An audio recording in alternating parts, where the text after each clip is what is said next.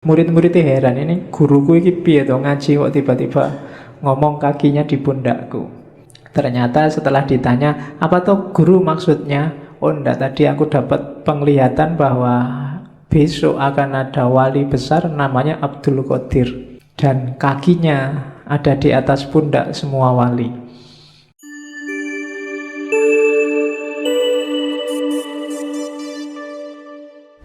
Assalamualaikum warahmatullahi wabarakatuh.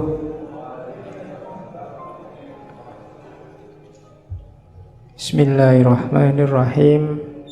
Alhamdulillahi rabbil alamin.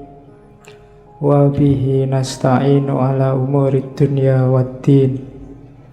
Allahumma sholli wa sallim wa barik ala habibina wa syafi'ina Sayyidina wa maulana Muhammadin wa ala alihi wa ashabihi ajma'in.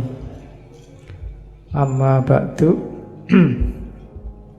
Malam ini kita coba mengunjungi beliau.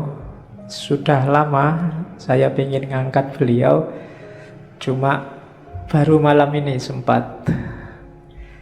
Syekh Abdul Qadir Jailani, sufi yang paling populer di Indonesia, di anak benua India khususnya. Mungkin teman-teman yang di kampung-kampung, mungkin juga sampai hari ini masih ada tradisi manakib atau manakiban. Manakiban itu membaca riwayat hidupnya beliau Syekh Abdul Qadir Jailani. Sebenarnya memang masuknya Syekh Abdul Qadir Jailani lewat thariqatnya, namanya thariqat Qadiriyah.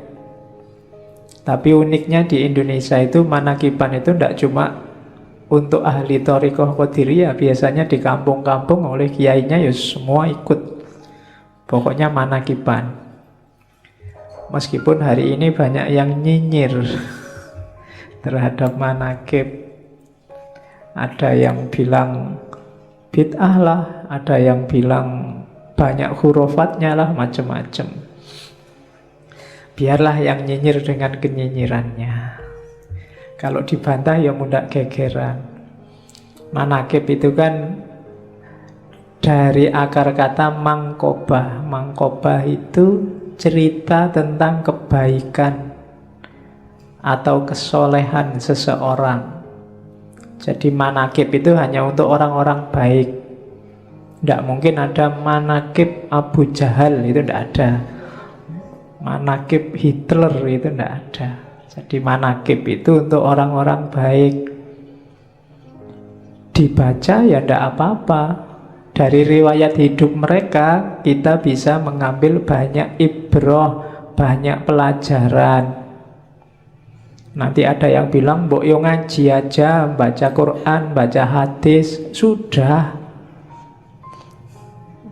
Yo ngaji ya, baca hadis iya, baca manakib iya, kan tidak apa-apa. Yang ngelarang manakib kadang-kadang juga males ngaji, males baca hadis. Sudah, mereka sudah. Jalannya hidayah Allah itu kan lewat macam-macam. Kita kejar dari semua jalur. Entah nanti datangnya lewat mana. Mungkin baca Quran, baca hadis, tidak paham-paham, diinspirasi oleh riwayat hidupnya para wali, orang-orang suci, terus terbuka kesadarannya. Kan mungkin saja. Jadi itu. Jadi tidak usah galau kalau ada yang ngeritik-ngeritik. Ya yang ngeritik silahkan jalan dengan jalurnya sendiri. Kita punya jalur sendiri. Oke, Syekh Abdul Qadir Jailani ini dikenal punya gelar Muhyiddin, dikenal juga punya gelar Ghausul A'zam. Ghausul A'zam itu penolong besar. Kenapa penolong besar? Ya karena ajaran-ajarannya membuat kita sadar terus selamat di akhirat. Akhirat itu kan urusan besar. Kalau pertolongan urusan dunia aja kita sangat terima kasih, apalagi urusan akhirat.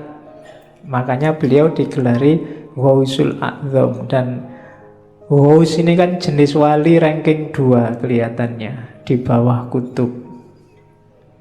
Jadi beliau wali besar.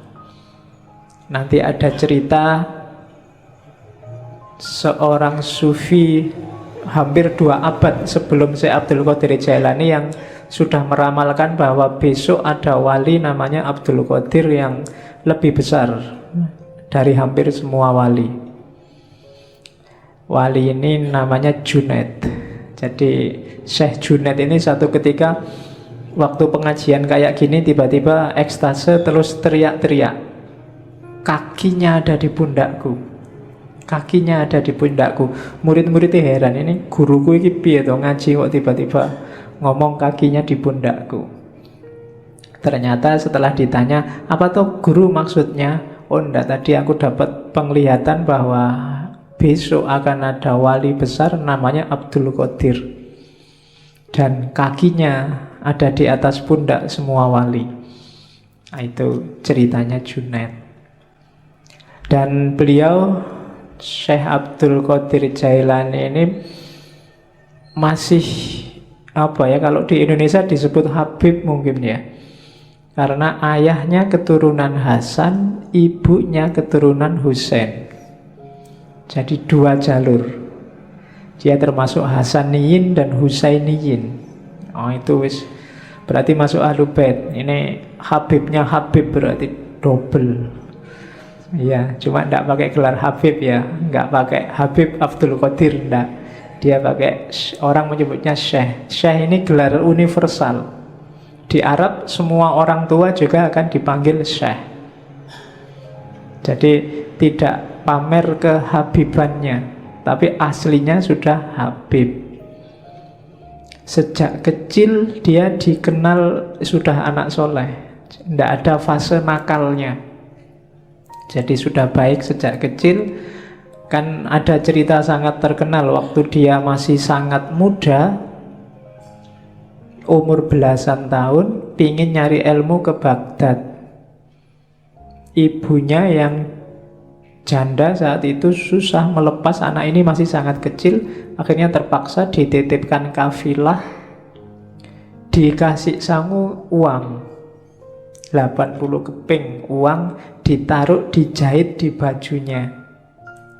Pesannya ibunya, sudahlah kamu berangkatlah cari ilmu, syaratnya satu, jangan bohong pada siapapun tentang apapun.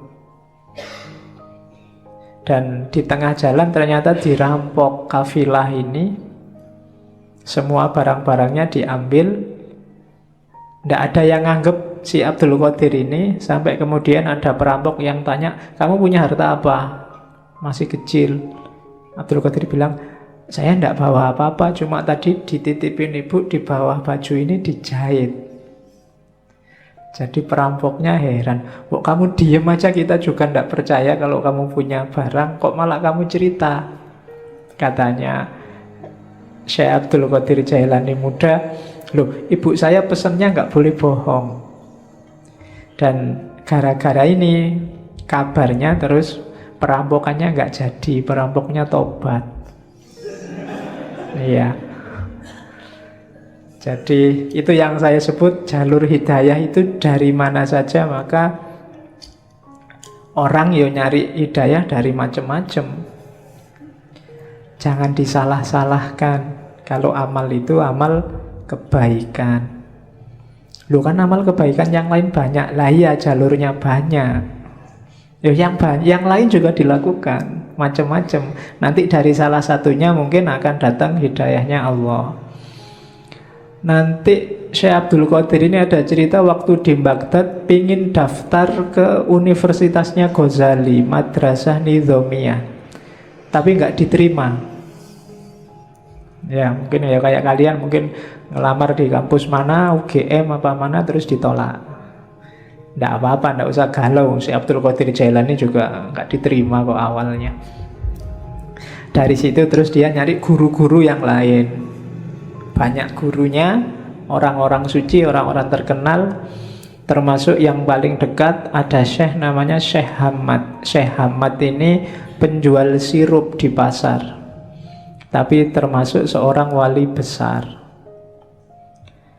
Dan nanti dari banyak wali inilah, dari banyak ulama, Syekh Abdul Qadir Jailani belajar. Awalnya sebenarnya dikenal juga sebagai ahli fikih, fuqaha, tapi kemudian mengembangkan ilmunya dan masuk ke dunia tasawuf, sampai kemudian dikenal sebagai guru besar. Ceritanya satu ketika, sebenarnya dia tidak pingin ceramah-ceramah, ngajar-ngajar itu, tapi ceritanya Syekh Abdul Qadir sendiri, tiba-tiba ada dorongan kuat sekali dari dirinya untuk ngomong. Akhirnya kalau hari ini kultum lah dia, dengan audien paling ya orang sekitarnya, termasuk yang ada di masjid. Begitu dia ngomong ceramah, banyak orang yang terpengaruh. Besoknya masjidnya penuh, besoknya lagi luber sampai halaman, besoknya lagi sampai sealun-alun kota, besoknya lagi orang satu kota. Sampai ceritanya si Abdul Qadir kalau ceramah biar kelihatan naik ke menaranya masjid. Jadi ya karena audiennya orang Baghdad, orang soleh-soleh. Kalau di Indonesia ya susah. Kamu ceramah sampai capek ya yang datang ya paling berapa zaman itu. Dan beliau dikenal kemudian sebagai wali besar dengan segala cerita. Kalau di kitab-kitab manaqib itu kan banyak cerita-cerita karomahnya. Itu yang sering dikritik oleh orang yang tidak suka manaqib. Di situ banyak cerita yang tidak masuk akal. Ya jawabannya gampang lah, namanya aja karomah. Definisinya yang khawarikul adat mesti. Ya pasti tidak masuk akal. Kalau masuk akal namanya bukan karomah. Kalau ndak aneh ya namanya bukan karomah. Itu kan sebagai bukti antara lain untuk menguatkan kewaliannya. Sama kayak Nabi dengan mukjizat. Mukjizat ya pasti nggak masuk akal. Untuk Nabi namanya mukjizat, untuk wali namanya karomah. Jadi kalau ada orang mengkritik, di situ banyak peristiwa yang ndak masuk akal, lah iya makanya namanya karomah. Kalau masuk akal namanya peristiwa biasa. Jadi itu tentang manaqib. Kapan-kapan kita ngomong cara menyikapi kisah-kisah luar biasa. Kalau dalam tradisi antropologi namanya mitos. Ya kadang-kadang dipahami secara harafiah kayak karomah tadi, kadang memahaminya harus secara simbolik, kadang memahaminya harus secara eksistensial. Cuma ini kapan-kapan menjelaskannya karena frekuensinya beda. Malam ini frekuensinya frekuensi yang melampaui akal. Jadi kalau bahasanya Hussein Nasr namanya intelijensi. Intelijensi itu lebih dari sekedar akal dan panca indera. Dunia tasawuf itu tidak sekedar sampai akal. Kalau hanya sampai akal ya lahirnya kayak filsafat barat. Tapi melampaui itu. Melampaui itu bukan nggak pakai akal. Iya pakai akal tapi tidak sekedar akal. Alatnya tidak cuma akal. Intuisi juga main, insting juga main, naluri juga main, teks juga main, nas juga main. Jadi lebih kompleks. Itu yang terjadi di dunia tasawuf. Kalau dunia fikih fokusnya hanya teks. Kalau dunia filsafat fokusnya kebanyakan akal. Tapi di tasawuf semua dipakai. Itu yang bikin tasawuf agak rumit kalau dikaji. Oke, Syekh Abdul Qadir Jailani ini sebenarnya hobinya memang ilmu dan suluk. Cuma karena mengikuti sunnah Rasul ya beliau nikah juga. Nikahnya umur 51 tahun. Ya. Cuma nikah umur 51 nanti beliau meninggalnya umur 90. Nikah umur 51, istrinya langsung 4. Iyalah, lo kan levelnya wali mesti banyak yang mau lah. Nikahnya 4 dan nanti beliau punya anak 49. 20 laki-laki dan sisanya perempuan. Ya tinggal kamu hitunglah rata-rata berapa satu istri. Oke, berarti kan produktif kan? Ilmunya produktif, tasawufnya produktif. Ya. Dan hampir semua putra-putrinya jadi orang-orang besar di dunia tasawuf. Beberapa kemarin keturunan ke-19 atau 17 itu diundang ke Indonesia. Yang saya ingat belakangan di waktu harlahnya Muslimat, itu keturunan Syekh Abdul Qadir Jailani keberapa. Terus beberapa tahun sebelumnya juga ada. Banyak yang memang jadi orang besar. Makanya kiai-kiai kalau di Jawa itu banyak yang istrinya lebih dari satu. Logikanya apa? Orang-orang ini kan dianggap orang-orang berkualitas. Nah, orang-orang berkualitas ini diharapkan melahirkan generasi yang berkualitas juga. Maka jangan sampai anaknya cuma sedikit, eman-eman. Bahasanya orang Jawa kan, yang bisa melahirkan macan kan hanya macan. Nah, orang-orang ini logikanya kayak macan. Jadi biar lahir banyak macan, anaknya harus banyak. Cuma untuk anaknya banyak kan ya istri satu mungkin agak berat, istrinya harus banyak juga. Nah, pakai alasan ini ya. Oke. Jadi kalau ada yang mau nikah lagi, saya ini tergolong macan loh. Iya, macan ompong. Oke. Jadi itu Syekh Abdul Qadir Jailani. Kitab-kitabnya yang paling terkenal 3, belum termasuk Sirrul Asror. Yang pertama Hunyah. Hunyah itu judul lengkapnya mungkin Al-Hunyatu fi Talibi Thoriqil Haqqi, apa-apa saya lupa. Tapi terkenalnya memang kitab Hunyah. Terus yang kedua Fathur Rabbani. Dan yang ketiga Futuhul Ghaib. Dan beberapa kitab-kitab kecil, risalah-risalah, termasuk Sirrul Asror. Sirrul Asror ini tipis kitabnya, bisa di-download langsung. Yang bahasa Arab, terjemahnya juga bisa di-download langsung. Tapi saya sangat rekomendasi jangan pakai terjemahan. Terjemahan saya lihat online itu ada beberapa kelihatannya pakai bahasa Melayu Malaysia. Bukan urusan bahasanya, cuma urutan apanya ya, cara menerjemahkannya agak bulat, susah dipahami. Mending langsung bahasa Arabnya bagi yang ngerti bahasa Arab. Atau yang pingin terjemahannya, beli terjemahan yang resmi. Biasanya yang dicetak jadi buku dan dijual bebas, itu lebih tertib. Karena banyak yang menerjemahkan sendiri, tidak karu-karuan terus diupload. Kalau pengen ngerti aslinya ya memang dari Arabnya. Kitab itu tipis, babnya ada 24. Di awal Syekh Abdul Qadir Jailani bilang kitab ini untuk murid-murid pemula. Jadi orang-orang pemula yang mau masuk ke dunia tasawuf.